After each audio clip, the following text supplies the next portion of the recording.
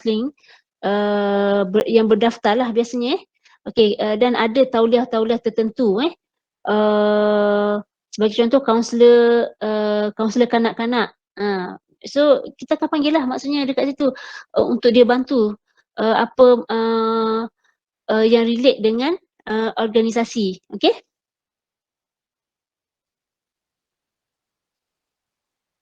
Tetapi perkhidmatan yang diberikan sebenarnya sama je lebih kurang sahaja sebenarnya, bertujuan untuk membantu meningkatkan, membantu staf berdepan dengan masalah mereka dan membantu juga mereka kendalikan masalah tersebut dengan baik, dan seterusnya ekspektasi kita as a counsellor adalah kita nak bantu mereka to enhance untuk meningkatkan dia punya productivity. Okey? Okey, banyak benda ni diaplikasikan oleh organisasi-organisasi sekarang ni. Sebab yelah bila kita tengok sudah banyak keperluan, ada kala kaunselor yang duduk dalam organisasi terbatas dalam sebab isu manusia ni macam-macam isu yang kadang-kala tak dapat kita cover oleh seorang kaunselor sahaja, kaunselor organisasi sahaja, organisasi dalaman. Tetapi kadang-kala isu-isu mereka ini sangat kritikal yang memerlukan kepada pentauliahan dan juga khidmat kaunselor daripada luar yang ditauliahkan dengan kepakaran tertentu. Okey? Terutamanya lah sekarang dunia hari ni berkaitan dengan kesihatan mental sangat-sangat kritikal dalam kalangan pekerja-pekerja. So dekat situ maksudnya ada kala kita perlu panggil bukan setakat kaunselor, ada kala kita perlu panggil psikiatri bukanlah maksudnya ahli psikiatri, maksudnya yang dia kaunselor tetapi ada pentauliahan dari dalam bidang psikiatri. So maksudnya dekat situ bila dia bercakap dia lebih tahu dengan lebih mendalam dan bagaimana cara untuk membantu staf-staf kita berdepan dengan masalah mental ni lah. Okey.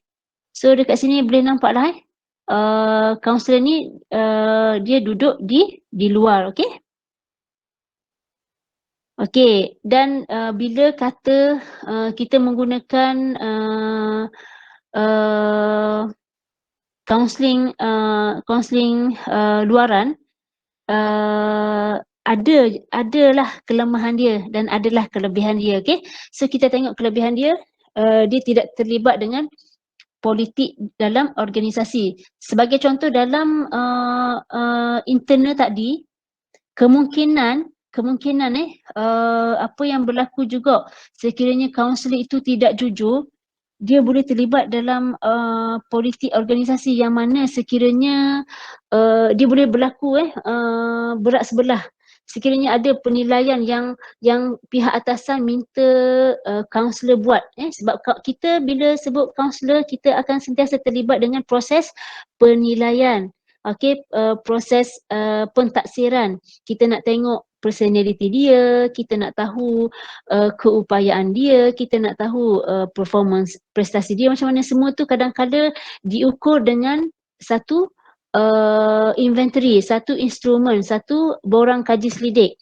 So ada kala kalau katakanlah kita ni kaunselor yang tidak jujur, yang tidak amanah, kontrak hanya ada 2, pekerja ada 4 orang. Jadi yang ada yang nampak potensi adalah contohlah A dengan B, tetapi disebabkan kaunselor ni suka C dan D, so sedangkan C dan D ni tak perform pun, tetapi disebabkan berlakunya berat sebelah, berlakunya ketidakjujuran dan tidak amanah, so dia boleh ataupun sebab dia baik dengan C dan D ni, so dia nafikan hak B dan D. Maksudnya dia boleh kata bahawa B dan D, A dan B tak perform, tetapi yang performnya C dan D. Sedangkan yang berlaku adalah di sebaliknya. Yang ni adalah antara politik-politik yang berlaku dalam organisasi. Of course lah, sekiranya kadang-kadang orang yang kurang perform tetapi politiknya sangat kuat, akan pergi selalu dah jumpa dengan buat baik dengan kaunselor. So make sure you pun berhati-hati dengan sekiranya nanti you berkhidmat dalam mana-mana organisasi, berhati-hati dengan staff yang macam ni, dan jaga integriti, jadilah seorang kaunselor yang lebih telus dalam penilaian. Okay, so bila kata kita kaunselor luar, biasanya kekuatan kita tidak akan terlibat dengan politik organisasi. Maksudnya tak kira lah dari segi pihak atasan ataupun orang bawah, tak boleh nak gunakan kita sewenang-wenangnya sebab kita tak terikat dengan budaya mereka. We are not a part of dia punya organisation. So tugas kita adalah untuk membantu staff selesaikan masalah. Okay, itu antara kekuatan yang kita ada. Kemudian kita juga boleh mencabar isu-isu dan kepentingan yang telah diambil kesempatan oleh organisasi. Sebagai ni banyak bila kita buat sesi dengan kaunselor, dengan klien, dengan staff, rupanya kita dengar janji kata nak bayar bekerja selama 12 jam, janji nak naik daripada 1,500 nak naik jadi 2,000, tetapi dah hampir setahun setengah janji hanya tinggal janji sahaja. Maksudnya diorang bekerja berbelas-belas jam untuk menghasilkan, untuk maintain productivity company, untuk maintain productivity ataupun profit kilang. Tetapi mereka dijanjikan, maksudnya bila profit kilang stabil ataupun maintain, so dekat sini mereka akan dibayar dengan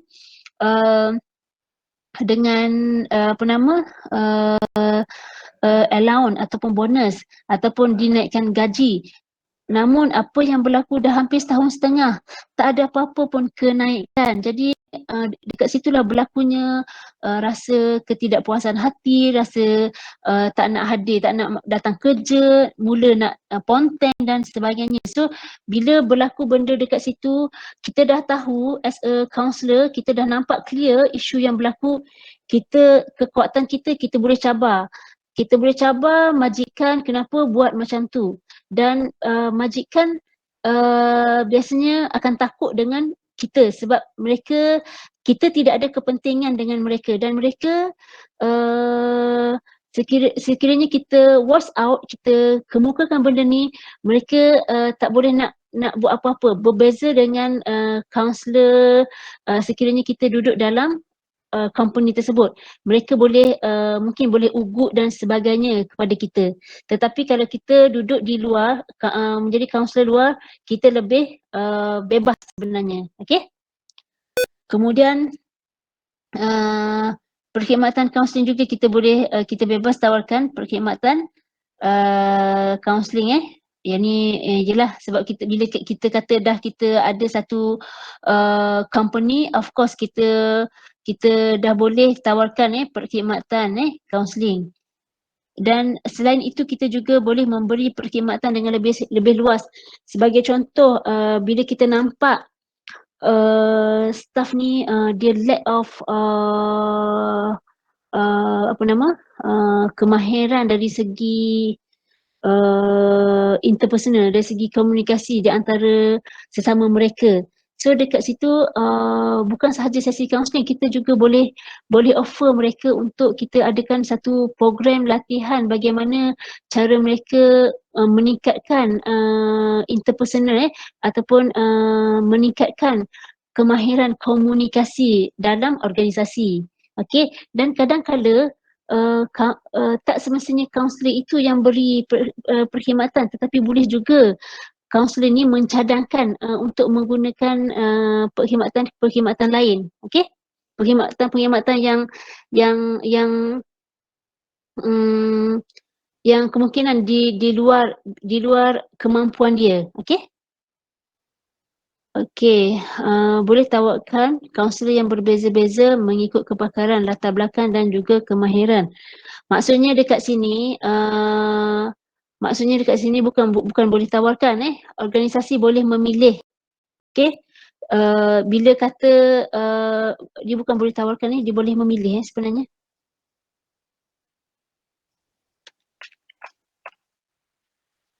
Okay, bila kata organisasi ni, bila nak dapatkan perkhidmatan kaunselor luar, kita akan ada banyak sangat pilihan. Compare dengan sekiranya kita lantik kaunselor dalaman, kadang-kadang dia terhad hanya dengan kemampuan yang dia ada saja. Tetapi kalau kata kita nak organisasi ni ataupun majikan nak guna perkhidmatan luar, dia boleh pilih siapa-siapa sahaja kaunselor yang dia nak berdasarkan keperluan organisasi mereka. Okay? Okey, pada masa yang sama bila kata sesuatu majikan ni dia guna model luaran, organisasi ni dia bebas dia bebas daripada tanggungjawab kaunselor yang kadang-kala mungkin melakukan amalan yang salah malpractice, okey, dalam peranannya. Sebab katalah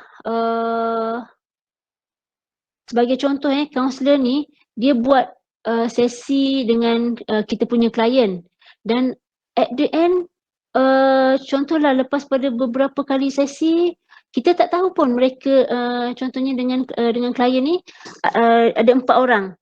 Ada 4 orang dia buat sesi, keempat-empat ni staf kilang lah, contoh staf kilang, keempat-empat ni dia buat sesi kaunseling.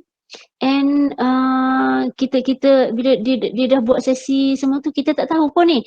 Okey, tapi nampaklah berlaku perubahan yang lebih baik terhadap empat-empat staff ni. Tetapi at the end of the sesi kaunseling tu, sebelum kita tamatkan perkhidmatan kaunseling ni, tiba-tiba tup-tup kita dapat tahu kaunselor ni kahwin dengan empat-empat staff ni. Maksudnya berlaku malpractice, dual relationship. Kan kita tahu bahawa tak boleh bercinta dengan klien, tak boleh berkahwin dengan klien dalam tempoh-tempoh tertentu mengikut guideline lembaga kaunselor. So dekat sini bila berlakunya salah amalan, salah laku, organisasi tak akan bertanggungjawab. Okey, tetapi sekiranya lah benda ni dilakukan oleh kaunselor dalam organisasi kita, of course majikan perlu bersoal jawab dengan lembaga kaunselor juga, kenapa kaunselor di bawah organisasi kita ni melakukan malpractice tersebut. Okey? Okey, kemudian kelemahan. Okey. Dari segi kelemahan pula mungkin tidak fleksibel dengan apa yang ditawarkan dan diperlukan oleh organisasi. Okey, jelah. Bila kata kita boleh pilih berbeza-beza mengikut kepakaran, secara tidak langsung sebenarnya benda tu tak fleksibel.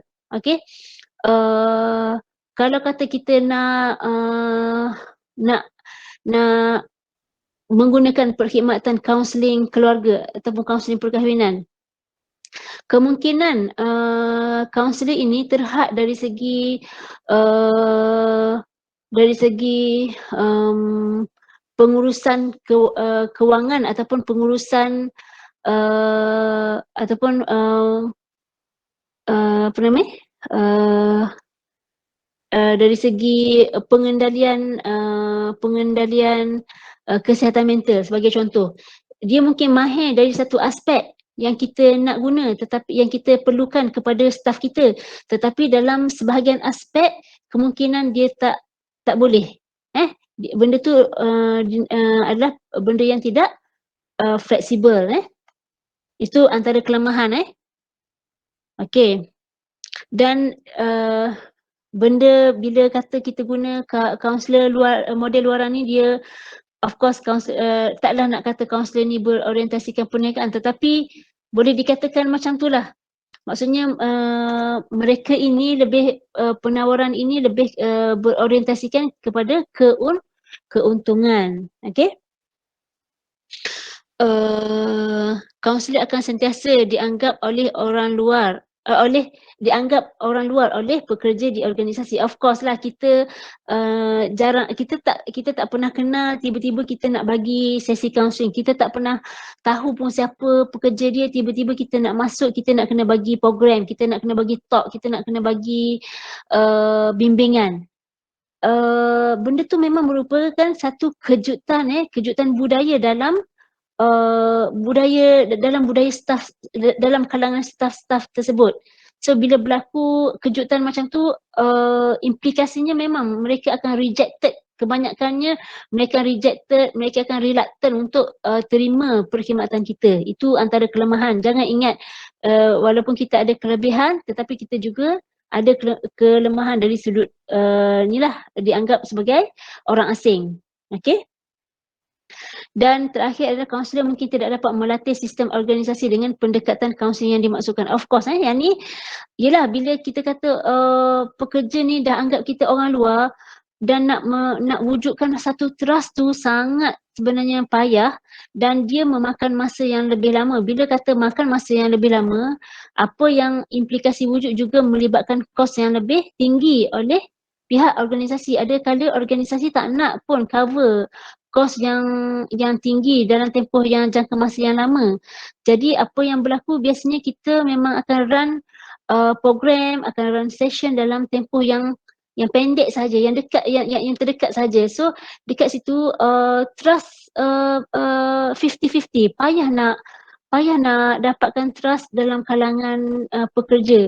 Bila kata trust tu rendah, jadi bila kita nak apply ataupun kita nak implement, nak laksanakan satu-satu program, memang kita akan expect bahawa kehadiran ataupun keterlibatan mereka memang juga adalah dalam percentage yang rendah. So dekat sini bila rendah, secara tidak langsung overall kita mungkin kata ekspektasi kita untuk kita melatih staff menjadi seperti mana yang kita nak, kemungkinan tidak akan dapat dicapai. Okey, itu maksudnya. Okey, kita pergi sikit lagi. Okey, kemudian bentuk yang ketiga adalah EAP. EAP ni adalah Employee Assistance Program ataupun program membantu pekerja. Okey, yang ni program membantu pekerja provider. Ini dia lebih kepada satu badan satu unit, dia lebih kepada satu unit konsultan. EAP ni dia lebih kepada konsultan. Okey, yang mana unit ni akan banyak sangat biasanya akan tawarkan pelbagai program-program untuk membantu pekerja mengatasi apa-apa sahaja masalah yang sedang mereka hadapi dan dengan erti kata lain memang betul-betul memberi kesan yang negatif terhadap produktiviti mereka.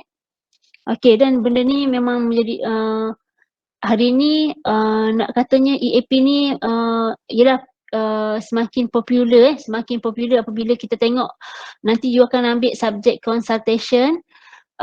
Nanti you akan tahu apa yang dimaksudkan dengan consultation. Maksudnya dekat situ satu unit, satu badan, satu syarikat yang menawarkan pelbagai intervensi, pelbagai program untuk meningkatkan ataupun untuk memperkasakan staff di organisasi. Okey. Sebagai contoh kalau kita tengok dekat sini, bezanya tadi, yang ni dia hanya melibatkan kaunselor saja. Begitu juga ni external kaunselor, begitu juga internal juga melibatkan kaunselor. Tetapi bila sebut EAP ni, maksudnya dia ada satu lagi unit. Okey, maksudnya kaunselor tu bukan berdiri secara dia akan duduk di bawah satu unit satu unit yang mana unit tu akan ada pelbagai program-program atau intervensi-intervensi yang boleh kaunselor itu gunakan untuk membantu pekerja. Okey, sebagai contoh dalam unit okey, dia ada dua bentuk. Okey, EAP ni ada dua bentuk. Okey, satu in-house EAP, yang keduanya outsource EAP. Okey, kalau in-house ni maksudnya unit yang menawarkan program-program ni duduk di dalam organisasi ini. Okey, dan kaunselor memang duduk di bawah unit tersebut. Okey, contoh dalam organisasi TNB, kita dengar macam Tenaga Nasional Berhad, kita tak fikir pun bahawa dia ada unit kaunseling, tapi dia ada unit kaunseling dia sendiri sebab organisasi TNB ini sangat besar dan sebenarnya ramai pekerja yang duduk, staf-staf yang telah duduk di bawah TNB, dan of course bila semakin ramai pekerja, semakin banyaklah isu-isu, masalah-masalah yang dihadapi oleh setiap pekerja, sama ada dari bawahan atau dari atasan. Okey, so dekat sini kaunselor memang ada dalam TNB, dan TNB pula memang akan ada satu lagi unit yang dinamakan unit in-house, unit EAP, unit untuk membantu para pekerja, dan unit ni kaunselor duduk di bawahnya. Ni sebagai contoh lah, unit perkhidmatan kaunseling TNB. Maksudnya dekat sini memang ada satu unit khas, yang unit ni memang banyak program yang duduk bawah PMP ni, bawah EAP ni. Okey. Okey, kemudian model outsource ni pula, dia yang ni nak katanya lebih kurang macam unit consultant yang duduk di dalam organisasi. Okey, satu unit, kalau unit runding cara. Okey, kalau you pernah dengar unit runding cara. So dan benda tu memang duduk di dalam dan kaunselor duduk di bawahnya. Kemudian yang satu lagi syarikat konsultan juga ataupun syarikat runding cara, tetapi syarikat ni yang berdiri asing, yang tidak terlibat dengan mana-mana organisasi, tetapi dia memang menawarkan perkhidmatan tersebut. Sekiranya ada mana-mana organisasi nakkan perkhidmatan tersebut, so dia akan berikanlah, dan di bawah unit konsultan tersebut akan ada kaunselor mereka tersendiri. Okey, so kaunselor ini yang akan conduct apa sahaja sesi ataupun perkhidmatan yang diperlukan oleh organisasi. Tengok ada beza di antara dua ni. Okey. Okey, sebagai contoh organisasi yang menggunakan model ini ialah, okey, cuba tengok saya nak share sikit yang ni. Sebagai contoh, sekejap.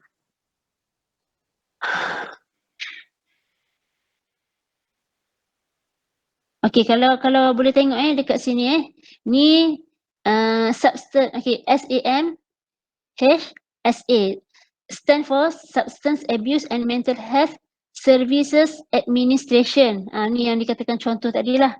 Antara contoh yang digunakan di bawah ni, kalau tengok banyak program-program yang ditawarkan, dan kebanyakan di bawah program ini akan ada kaunselor-kaunselor mereka sendiri. Okey. Maksudnya dekat sini ini merupakan outsider lah, maksudnya program yang wujud di luar organisasi, yang memang diwujudkan untuk membantu para pekerja, tetapi akan kiranya benda ni akan kiranya kalau organisasi atau majikan nak, baru mereka akan tawarkan. Okey, boleh tengoklah contoh lagi. Sekejap, satu lagi ni banyak bawah ni, dan satu lagi ni sekejap saya akan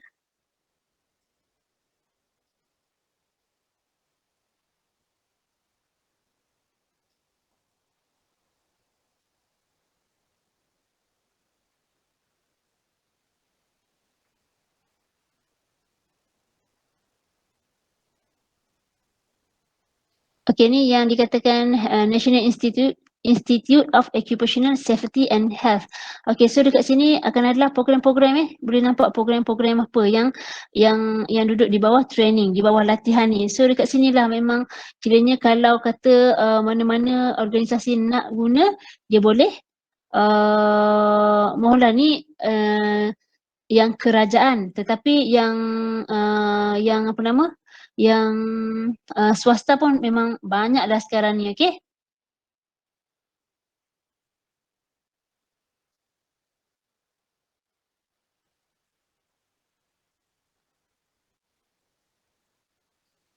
Okey, dan yang terakhir ialah model integratif. Okey, model integratif ni sebenarnya lebih kepada bagaimana nak menjalankan sesi kaunseling. Okey.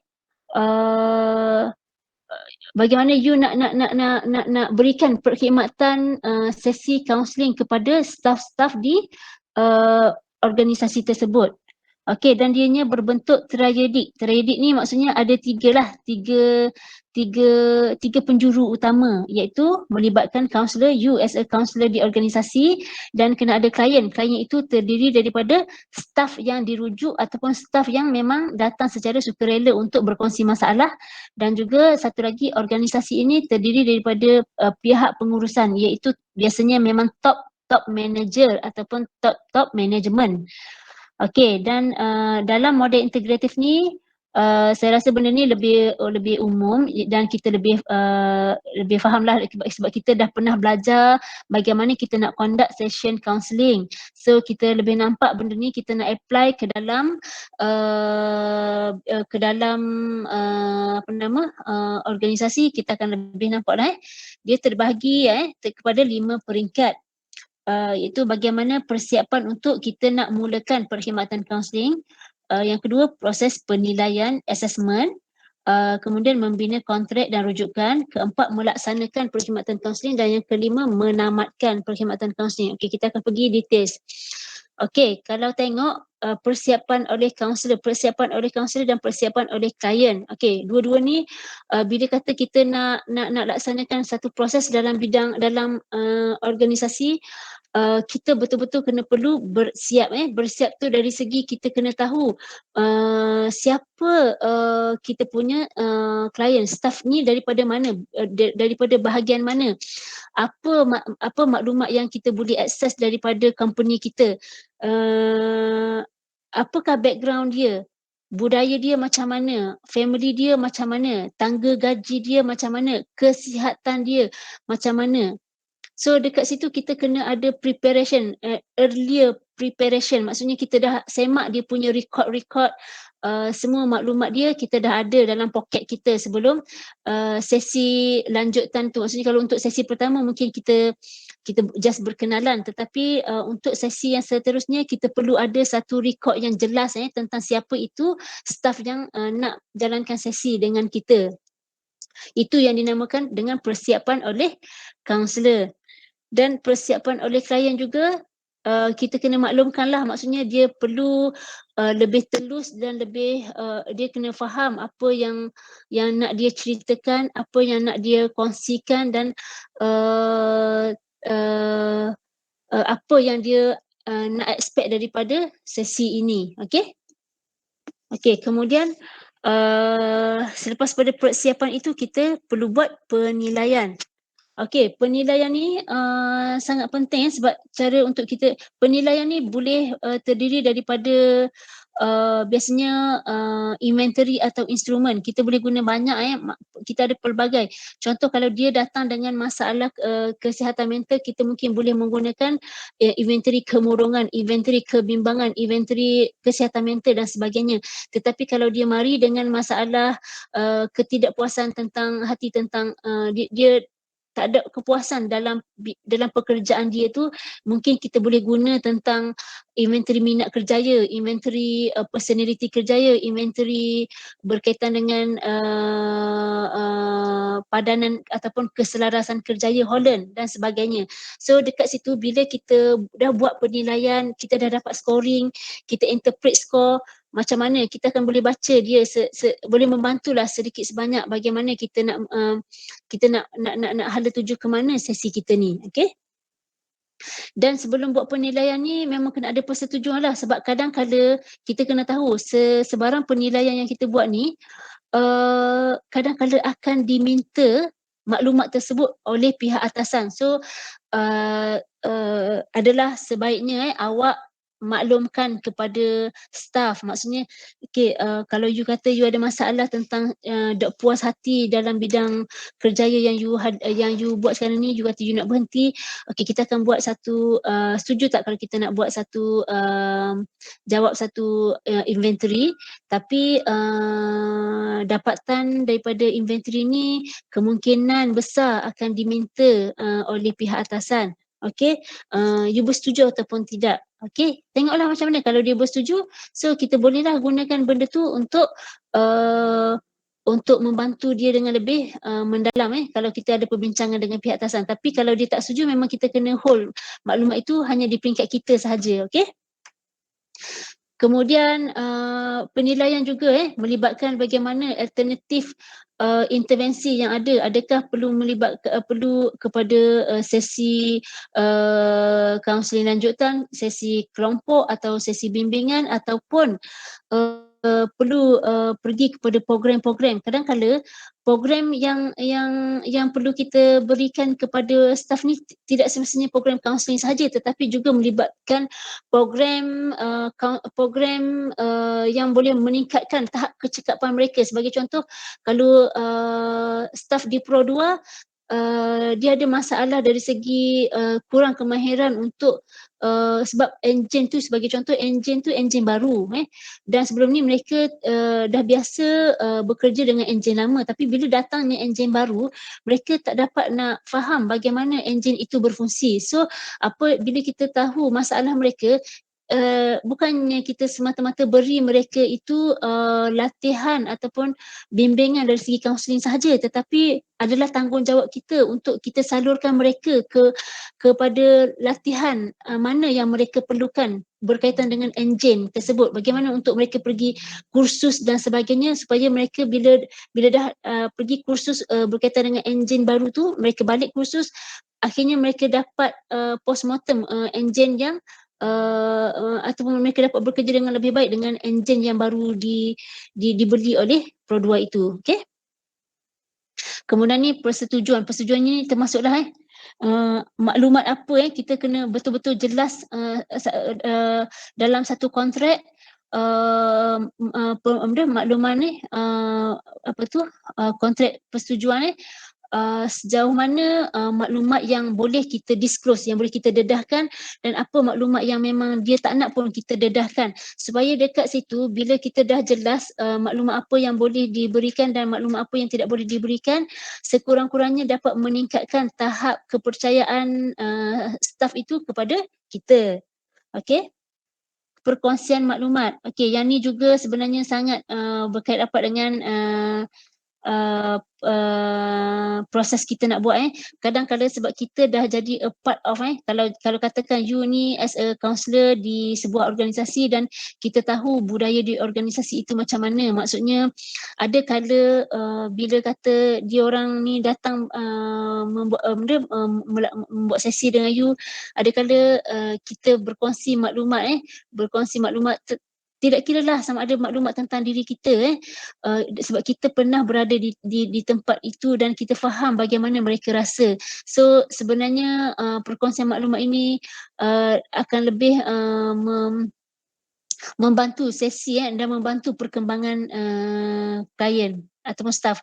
Tetapi perkongsian maklumat dekat sini juga tidak terbatas dengan perkongsian maklumat berkaitan dengan apa maklumat yang mereka perlukan untuk meningkatkan kecekapan mereka. Sebagai contoh, sekiranya mereka perlu pergi kepada program-program tertentu, so kita adalah tanggungjawab kita untuk sharing maklumat tersebut supaya mereka dapat hadir kepada program-program yang bersesuaian. Okey, sikit lagi. Okey, membina kontrak macam saya kata tadi lah. Bila kata dekat sini kita nak mencapai persetujuan, kita kena lebih jelas kontrak apa yang peranan dia perlu mainkan. Kemudian kalau kita beri tugasan, seboleh-bolehnya memang mereka nak kata wajib mereka follow, dan apa peranan kita, setakat mana kita boleh bantu dia, dan sekiranya kita tak boleh bantu dia, kepada siapa yang kita boleh rujuk, dan untuk kita rujuk mereka ini juga perlu mendapat persetujuan daripada mereka, pihak tuan badan, dan juga persetujuan daripada pihak organisasi itu. Sebab kadang kalau pihak rujukan ini, bila kita nak merujuk mereka kepada orang yang lebih bertauliah, akan melibatkan kos-kos tertentu, yang mana kos ini akan ditanggung oleh pihak organisasi. So kita kena bincangkanlah benda tu. Okey, sebab itu kena ada kontrak, dan kontrak itu perlulah kontrak yang bertulis. Jangan kontrak sekadar kontrak mulut. Bukan. Ianya memerlukan kontrak bertulis dan mempunyai tanda, dan perlu menurunkan tanda tangan. Okey, kemudian bila dah jelas semua tu, barulah kita akan laksanakan perkhidmatan kaunseling, kendalikan klien. Selain itu, uruskan juga hal-hal pentadbiran kaunseling. Maksud pentadbiran kaunseling ini termasuklah rekod-rekod, laporan SOAP,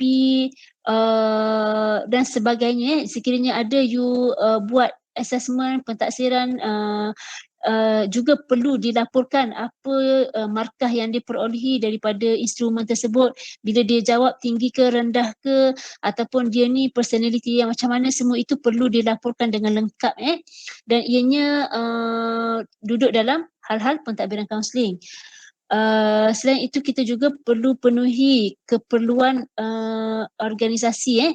Maksudnya bila kita laksanakan kaunseling, bukan semata-mata kita hanya buat sesi saja, tetapi apa-apa sahaja keperluan yang difikirkan sesuai untuk kita laksanakan, kita perlu tunaikan tanggungjawab kita. Tak semestinya hanya semata-mata tanggungjawab yang berkaitan dengan kaunseling sahaja. Okey, kemudian re-entry klien kepada tugas. Selepas pada sesi kita buat sesi kaunseling tu, kemudian kita kena assign mereka dengan jelas tugas apa yang mereka perlu buat, dan bagaimana kita nak tengok ada tak, kita akan tengoklah, kita akan bagi tahu kepada mereka, kita nak buat penilaian. Maksudnya nanti akan ada perubahan ataupun tidak setelah mereka pergi kepada sesi kita. Okey? Dan kemudian bila dah sesi itu, tengoklah kadang-kadang berjalan sehingga 10 hingga 12 sesi, barulah nampak ada perubahan ke arah yang lebih positif, barulah kita bersama-sama bersetuju untuk menamatkan perkhidmatan kaunseling. So dekat sini macam biasalah, persetujuan tarikh perkhidmatan, penamatan, dan bagaimana cara kita untuk sama-sama ke arah untuk menamatkan sesi. So, okay. So, saya rasa setakat ini dulu. Tepat-tepat pukul 12. Okay, so kita nanti kita akan sambung lagi. Boleh ke apa yang saya sampaikan hari ini? Boleh, Doktor. Okay, so okay. So kalau ada apa-apa sebarang kemusykilan, boleh tanya dalam grup. Begitu juga dengan dengan assignment. Apa-apa tanya je lah. Saya akan jawab kalau ada kelapangan, insya-Allah saya akan jawab, saya akan respon dengan segera. So jika tak ada apa-apa, kita tangguhkan dulu kita punya meeting pada hari ini. Insya-Allah kita akan berjumpa pada hari Khamis, Fahmi, pada pukul 2.4, betul ke? Betul, Doktor. Okay, insya-Allah. Okay, so kita sudahi kita punya meeting hari ini dengan tasbih kafarah dan suratul Wal-As.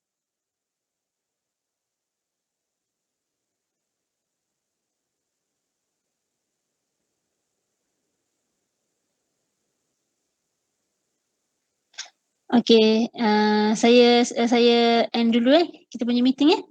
Terima kasih, Doktor. Doktor. Okay, sama-sama.